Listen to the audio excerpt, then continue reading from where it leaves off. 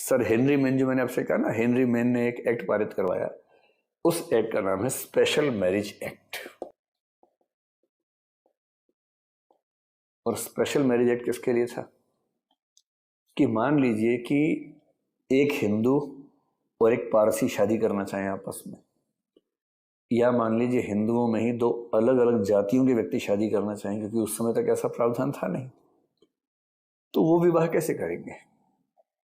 उस समय तक विवाह जैसे मामले धर्म की विधि के तहत ही होते थे और उस धर्म के ही दोनों मेंबर्स होने जरूरी थे। अंतर धार्मिक अंतर जातीय विवाह उस समय तक की कल्पनाओं से परे था। तो स्पेशल मैरिज एक्ट इसलिए आया था कि इसके तहत इंटरकास्ट और इंटर रिलीजियस मैरिजेस, अंतर जातीय अंतर धार्मिक विवाह संपन्न कराए जा सके। हाँ, इसमें एक बात थी कि इसमें घोषणा करनी होती थी व्यक्ति को कि मैं किसी भी धर्म में विश्वास नहीं रखता हूं, मैं किसी भी जाति में विश्वास नहीं रखता हूं, ये सब घोषणा करता था दोनों व्यक्ति। और ये घोषणा करने के बाद वो किसी भी धर्म और जाति से मुक्त हो जाते थे और तब वो इस एक्ट के तहत विवाह करते थे। आगे चल के ये एक्ट खारिज कर दिया गया और बाद में 1954 में एक स्पेशल मैरिज एक्ट बना जो आज के समय में जिंदा है, एक्टिव है, और जिसको कहते हैं यूनिफॉर्म सिविल लॉ या uniform civil code. Uniform act हमारे देश में 3-4 ही हैं सिविल मामलों में, उनमें से एक ही एक्ट है। आज भी अगर किसी व्यक्ति को विवाह करना हो, जिसको कोर्ट मैरिज आप लोग कहते होंगे ना, कोर्ट मैरिज जब भी होती है इस एक्ट के तहत होती है। इसमें न धर्म पूछा जाएगा, न जाति पूछी जाएगी, न गोत्र पूछा जाएगा, आप कहाँ के रहने वाले हैं कुछ नहीं पूछा जाएगा, बस आप भारत के नागरिक हो, धूमधाम से आकर इस एक्ट के तहत शादी कर सकते हैं। और इस एक्ट में सारी बातें साफ साफ लिखी हैं कि अगर तलाक होगा तो क्या होगा, गुजारा भत्ता कैसे दिया जाएगा, संपत्ति का बंटवारा कैसे होगा, सब चीज़ें इसमें मेंशन कर रखी हैं। ये special marriage act intercaste inter religious marriages के लिए सर हेनरी मेन की रिकमेंडेशंस के आधार पर 1873 ईस्वी में पहली बार हमारे देश में आया था। इसके बाद ये विकास की प्रक्रिया, इवोल्यूशन का प्रोसेस और बढ़ता गया। एक बड़ा प्रसंग था कि जो एज ऑफ मैरिज है उसको हम कैसे मैनेज करें, एज ऑफ मैरिज। इसके लिए अंग्रेजी शासकों ने 2 कदम उठाए, एक 1891 में और दूसरा 1929 या 30 में।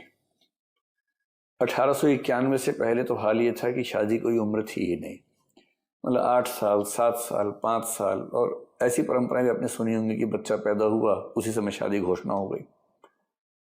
तो जनरली गौना जिसको बोलते हैं वो भी 9, 10, 11 की उम्र में हो जाया करता था कई ऐसे परिवारों में। तो सवाल था कि न्यूनतम उम्र शादी की तय होनी चाहिए। तो एक एक्ट पारित हुआ, इसको बोलते हैं एज ऑफ कंसेंट।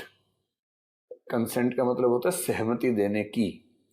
तो कोई बच्चा किस उम्र में ये कंसेंट दे सकता है कि मेरी शादी करवा दी जाए, इसको बोलते हैं एज ऑफ कंसेंट एक्ट 1891। और इसके तहत कहा गया कि जो लड़कियां हैं, लड़कियों के लिए ये आयु 12 वर्ष की होगी। 12 वर्ष से कम की उम्र में ये नहीं माना जा सकता कि कोई बच्ची अपनी कंसेंट देने की स्थिति में है।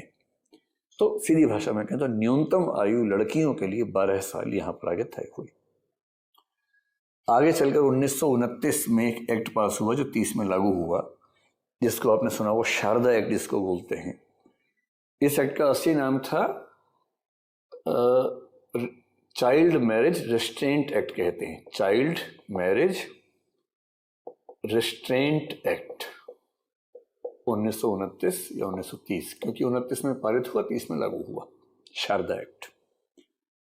इसके तहत व्यवस्था कर दी गई 18 और 14 कि लड़का 18 साल से कम नहीं होना चाहिए और लड़की 14 साल से कम नहीं होनी चाहिए, ये व्यवस्था की गई। ये अंग्रेजों के शासनकाल में हो गया था। हालांकि 1978 में आकर जब मोरारजी देसाई की सरकार चल रही थी तब इस एक्ट में फिर संशोधन हुआ और इसका अमेंडमेंट करके 1978 में कर दिया गया 21 साल और 18 साल। और आजकल एक बात चल रही है कि इसमें और संशोधन होना चाहिए कि शादी की उम्र में लड़का कम से कम 25 साल का हो, लड़की कम से कम 21 साल की, 22 साल की हो, ऐसा कुछ प्रावधान होना चाहिए। अभी फिलहाल तो कोई ऐसी डिबेट नहीं है, बीच बीच में ऐसे स्वर सुनाई देने को मिल जाते हैं। ये प्रावधान भी अंग्रेजों ने किया और मेरे ख्याल से आप इस बात से सहमत होंगे कि इनमें से कुछ प्रावधान हमारे समाज के अंततः विकास में ही है अगर हमारे समाज की लड़कियां, हमारे देश की लड़कियां बहुत कम उम्र में नहीं ब्याही जाती हैं और वो पढ़ पाती हैं, तो न केवल आगे चलकर बेहतर परिवार चला पाएंगे, बल्कि वो उद्यमी बन सकती हैं, नौकरी कर सकती हैं, किसी भी क्षेत्र में डेवलप कर सकती हैं। हम ये क्यों मान के चले कि डेवलपमेंट का काम का ठेका सारा पुरुषों के पास ही है? महिलाओं को मौका मिलना चाहिए।